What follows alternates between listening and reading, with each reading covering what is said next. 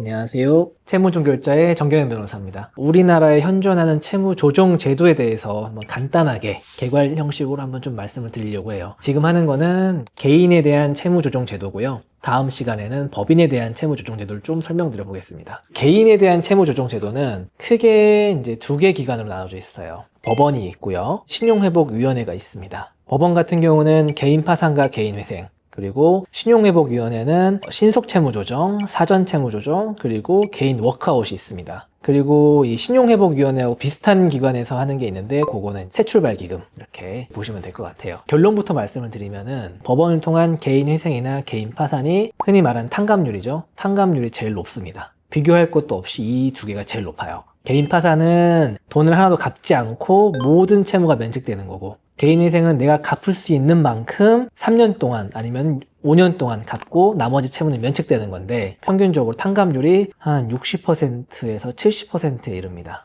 개인회생제도는. 그리고 채무조정제도 중에서 이제 신용회복위원회의 워크아웃, 그리고 사전채무조정, 신속채무조정이 있는데, 사전채무조정하고 신속채무조정은 연체일수가 좀 짧아요. 신속채무조정은 연체일수가 30일 이하, 그리고 사전채무조정은 연체일수가 90일 이하인 경우에 신청할 수가 있습니다. 대신 요거는 원금 탕감은 거의 기대하기 어렵다라고 보시면 될 것 같습니다. 결국에는 이 신용회복위원회에서 가장 실효성 있는 채무조정 제도는 워크아웃 제도입니다. 근데 이 워크아웃은 채무가 연체기간이 90일 이상이어야 돼요. 아까 말씀드린 이제 개인회생과 개인파산은 연체기간은 필요 없습니다. 내 재산보다 채무가 많으면은 언제든지 신청할 수가 있습니다. 이 차이가 있어요, 연체기간에 대해서는.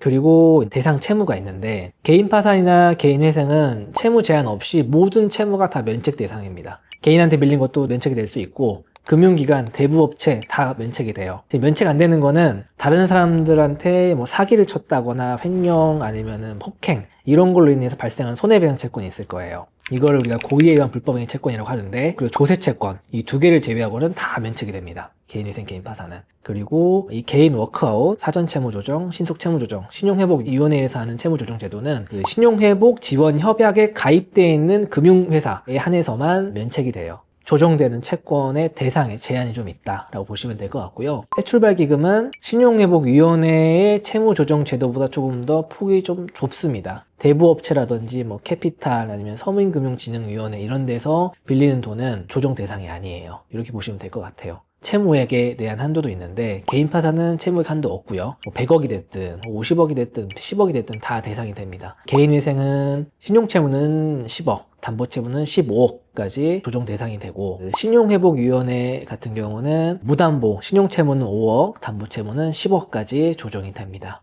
그리고 변제기간 같은 경우는 개인회생 같은 경우는 변제기간이 3에서 5년, 그리고 신용회복위원회에서의 채무조정 제도는 10년 정도라고 보시면 될 것 같습니다.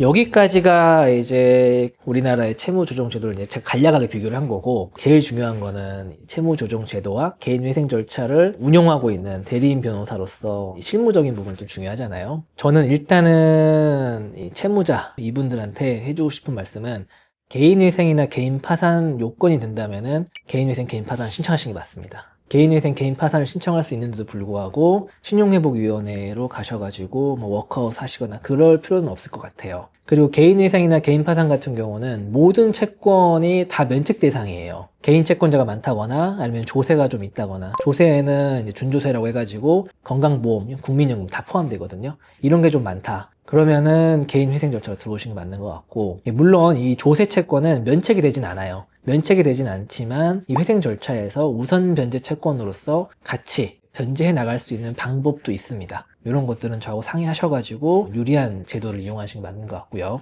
그리고 이 워크아웃하고 회생제도하고 같이 병행하는 경우도 있어요. 이 채무조정 제도 중에서 워크아웃이 있어요. 워크아웃은 연체기간이 90일 이상이 되어야 되고요. 원금 탕감의 효과를 누리려면은 상각이 돼야 됩니다.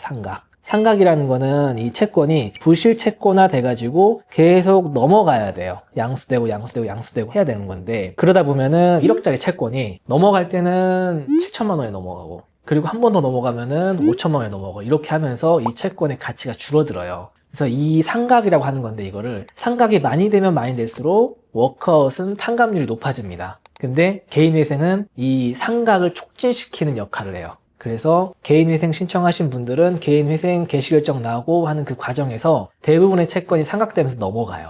그럼 만약에 개인회생 신청하셨는데 아까 이제 저번 말씀하신 것처럼 뭐 면책이 잘 안 된다거나 아니면 내가 좀 여의치 않다, 개인회생이 좀 어려울 것 같다 라고 하시는 분들은 이 삼각대에 있는 효과를 이용해 가지고 워크아웃을 들어가시면은 워크아웃의 효과를 극대화시킬 수 있습니다. 이런 방식으로 저희가 뭐 개인회생이 좀 어렵다거나 아니면 개인회생은 5년 변제밖에 안 되잖아요. 그 이상 변제는 안 돼요. 내 채무가 만약에 한 5억 정도 돼요. 탕감을 받으니까 70%를 탕감을 받고 30%를 변제를 하잖아요. 1억 5천 5년 동안 변제해야 돼요. 이거 사실상 힘들 수도 있어요. 이런 경우에는 개인회생을 하시면서 상각을 촉진시키고 나중에 워크아웃을 가셔도 됩니다. 이런 방법으로 해가지고 채무를 조정하는 방법도 있어요. 이런 것들 나중에 저하고 상담하실 때 좀 자세히 이제 말씀을 드리겠지만 이렇게 이제 전략적으로 채무 조정 제도를 이용해 보시는 방법도 있습니다.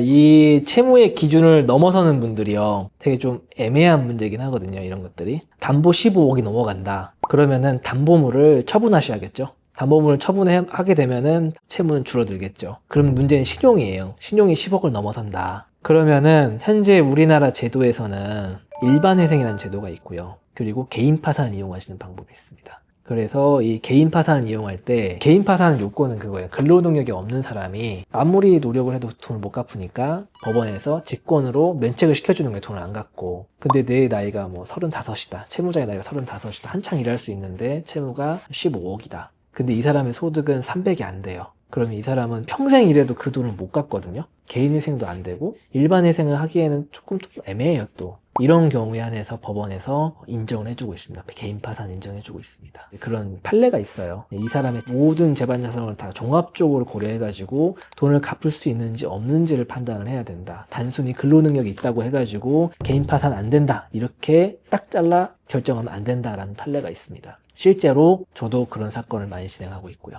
근데 일반 회생 말씀해 주셨는데 일반 회생도 또 다른 일반회생 달라요. 이 도산법에는 일반회생, 법인회생, 법인파산, 개인회생, 개인파산이 있어요. 별도로 상속재산 파산 이렇게 있는데 기본적인 포맷은 일반회생, 법인회생, 법인파산이 기본적인 포맷입니다. 기존에 있던 이 제도를 개인까지 확대시킨 게 개인회생, 개인파산이에요. 그러다 보니까 일반회생 제도는 채권자의 동의가 있어야 회생 계획안이 인가가 됩니다. 현실적으로 조금 어렵죠. 네. 이 사람이 만약에 뭐 채무가 15억이에요. 근데 한 달에 300을 벌어요. 그러면은 내 1인 최저생계비 빼고 150만 원씩을 갚는 건데, 일반회생은 또 10년 동안 갚아야 되거든요. 10년 동안 한 달에 150만 원씩 갚으면은 1년이면은 150만 원씩 12달 하면 1800이잖아요. 1800만 원을 10년 동안 갚으면 1억 8천이에요. 15억 중에서 1억 8천을 갚는다 그러면 채권자가 동의할까요? 그것도 10년 동안? 할인율 계산해가지고 하면은 1억도 안 되는 돈이거든요. 동의가 받기를 쉽지 않을 것 같은데요? 네, 쉽지 않습니다. 이런 경우에는. 결국에 그러면은 우리나라 채무조정제도 중에서 이 사람한테 맞는 거 찾아보면 아무것도 없어요. 개인 파산밖에 없어요. 네, 그럼 들어가야죠. 개인 파산 들어가야죠. 이 사람한테 그러면 방법이 없습니다. 그냥 버티십시오. 이렇게 할 수는 없잖아요. 그렇죠. 개인 파산 들어가야죠. 개인 파산 들어가가지고 법원을 설득시키는 거 어떻게서든지. 근데 이걸 뭐 단정적으로 말씀드릴 수는 없지만 많이 이렇게 하고 있어요. 저는 많은 분들 면책 받아들이고 있습니다. 일반 회생을 하시는 분들 중에 전문직 종사자분이 많다고 들었어요.